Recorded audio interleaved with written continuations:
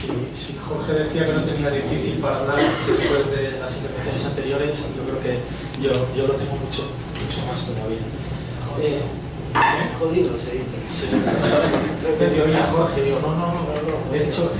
pero no tengo jodido, bueno. Pero allá voy. ¿Otro whisky? Sí. Esto me va a sentar con un whisky, espero. Yo quería decir algo sobre el libro muy rápido, porque también,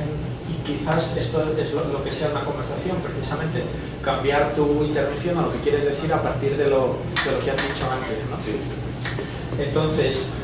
como creo que hay una cierta obligación que asumo y me gusta tenerla, quiero decir algo del libro, que creo que el libro merece la pena. Creo que el libro no es un libro de entrevistas, no es una compilación de entrevistas, es un libro en el que se nota muchísimo, y me parece una virtud, la voz y la posición del autor, no solamente porque tiene textos al principio y al final, acompañados de otras voces amigas, sino porque las preguntas son preguntas largas, introducen, contextualizan, tratan de llevar, con algunos se consiguen más, con otros menos, a los autores un poco fuera de sus terrenos habituales, y luego además, como comentas también, hay notas aclaratorias que incluso explican a los propios autores después ya de haberlos... O sea, que me parece que es un buen libro de autor, pero que a la vez se vale un poco de las voces de otros y se abre a las voces de otros y otros que son, desde mi punto de vista, personas que dicen cosas muy interesantes. Según me escucho ahora, no sé si lo que tú decías sobre la conversación tiene que ver precisamente un poco con esto también en relación al libro. Y bueno, esto es lo que tenía preparado una cosa más de la que no voy a hablar tanto, pero en un sentido me viene bien, en otro me viene mal, porque me pone una situación de a ver qué digo a partir de ahora, pero en un sentido me viene bien porque creo realmente, yo quería hablar de mi experiencia como profesor en la universidad, precisamente cruzando filosofía, política y educación, y una pregunta por la educación. Y creo que precisamente mi posición en la universidad tiene que ver con, bueno, y a partir de lo que Jorge nos y me ha enseñado hace 20 años, justo lo que decía antes, cómo se hace, cómo narices se hace en clase y en la universidad con esto, ¿no? Y paradójicamente, algunas claves para pensar esto tiene que ver, claro, ¿cómo se hace? O sea, la pregunta sería ¿cómo se hace algo que interrumpa algo de este dispositivo neoliberal cuando las propias herramientas, cuando te ponen a jugar a ese juego con las propias herramientas del dispositivo neoliberal? Cuando llegas como profesor a la universidad, lo que tienes es qué formas de evaluación tienes que seguir, qué concepción del conocimiento tienes que manejar, para qué sirve la universidad y qué intereses hay en que la universidad haga algo con las personas que pasan por ahí para que se conviertan en otra cosa. Y todas estas cuestiones, todas estas preguntas tienen que ver con formar parte del dispositivo neoliberal. Entonces todo, llegas ahí, te ponen el mono del cinturón en el que tienes ¿no? del trabajador técnico, porque se entiende, creo, la educación en la universidad como un trabajo técnico, que tiene su destornillador, su llave inglesa, y todas las herramientas que tienes son las puras herramientas que de una manera más bonita y más elegante ha descrito Jorge antes, ¿no? Entonces, para mí hay un punto en el que esto que yo venía leyendo, aprendiendo y conversando de fuera de la universidad toma un sentido cuando me doy cuenta que tanto en la política que me interesa, mis motivaciones políticas, mis motivaciones teóricas y mis autores que tienen que ver también mucho con la política, y mi propio papel y mi vocación educadora también, lo interesante empieza precisamente cuando no sabes qué hacer, que es estrictamente lo contrario a lo que te empuja la lógica de la universidad, a lo que te empuja la política despolitizada actualmente y a lo que te ves arrojado en un contexto neoliberal en el que supuestamente para cada pequeño desajuste, sea un desajuste psicológico, sea un desajuste médico, sea un desajuste muchas veces entendido en clave biológica, ya hay una solución en el mercado, entendido en un sentido muy amplio el mercado, ¿no? Para el amor ya tenemos aplicaciones en el teléfono móvil, páginas web en internet que nos ofrecen una respuesta. Bueno, muchas. Tenemos que algunas las hemos visto en clase también y hemos trabajado sobre ellas. Bueno, para la política lo mismo, tenemos, ¿no? Quien nos promete y quien rebaja todo el contenido político de la política entendiéndolo como técnica, es decir, como algo que obedece a un saber para el que va a haber una respuesta, y para la educación exactamente lo mismo. Entonces, bueno, ¿cómo hacer como profesor en la universidad, o cómo hacer como docente o como educador, cómo llevar algo que pueda interrumpir esto, ¿no? Cómo llevar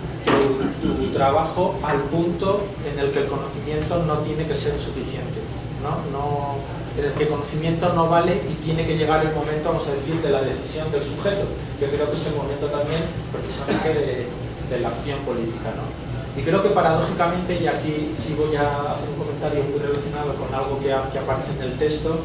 no se puede hacer esto prometiendo, o desde mi punto de vista, yo no he sabido hacerlo de otra manera, prometiendo una especie de reino alternativo absolutamente fuera de aquello que te constituye. Que es lo que creo que hace Zizek, que es, desde mi punto de vista, un excelente analista de las paradojas y las contradicciones en relación al poder de nuestro orden actual, pero él se sitúa en una posición que cada vez me incomoda a mí, quizás porque yo me reconozca algo en ello y quiera enfrentarme y escaparme un poco de ella, que es la posición del alma bella hegeliana, también tocada por Freud y por Lacan y por muchos otros. El alma bella, que es aquel que es capaz de convertirse en un excelente crítico de la realidad. Es criticado ese alma bella no solamente no porque no haga y deje que la realidad sea necesitándola él, ¿no? Que esa realidad sea de esa manera para poder tener un lugar autocomplaciente de satisfacción narcisista, como alguien que no es tan malo como ese mundo que está tan mal. Y lo que me preocupa de esta posición, y creo que es la crítica más fuerte, es que finalmente te conviertes en crítico de ese mundo,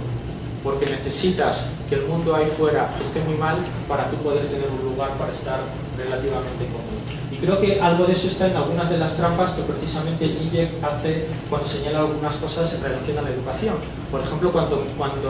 contrapone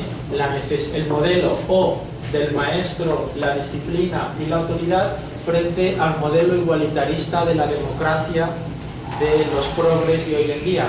Evidentemente, claro que podemos hacer una crítica a la democracia actualmente existente, cómo sirve de coartada para que la máquina del capital siga funcionando en una determinada dirección, pero a la vez también hay elementos de la democracia actualmente existente,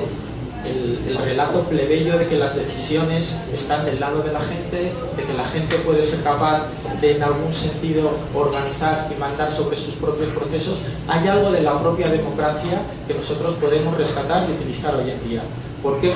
contraponer la figura de la autoridad a la posibilidad de unos sujetos que en algún sentido tienen la capacidad de emanciparse? ¿No podríamos pensar formas más democráticas de hacer educación, de hacer democracia, que cuenten también con la figura de los maestros? Que en algunos casos encontrar una variante, digo por el comentario de Jorge en relación a los maestros, pero finalmente creo que Jorge también encontró un maestro y reivindicó también esa figura, ¿no? Entonces, me parece... Sí, porque el autodidacta no es el que no tiene maestros, sino el que los elige.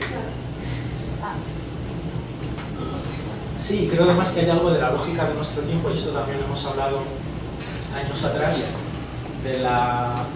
forma de concebir, no sé, la propia subjetividad, la propia autonomía y la libertad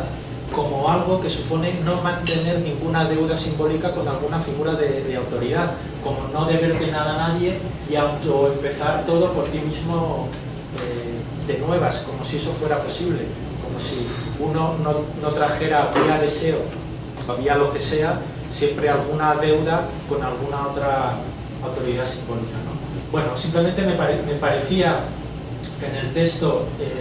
Zizek hace trampa, y creo que precisamente, por ejemplo, en relación a esta cuestión, por supuesto se trata de pensar formas de disciplina, sí, formas de disciplina, formas de autoridad, formas incluso de evaluación, que no caigan en la lógica de lo que hay, pero que puedan permitir que no sean absolutamente incompatibles con una mayor democratización, una lectura de la educación como un proceso de igualdad en la que se pone en juego la igualdad y que parte del axioma de la igualdad como declara Rancière, ¿no? En sus obras y también hace mención en el propio texto. Bueno, sí, prácticamente voy a terminar, estoy revisando un poco las notas. Hay un punto, simplemente quiero hacer una última reflexión relacionada con esto. En la universidad se nos pide que seamos vehículos en principio del conocimiento.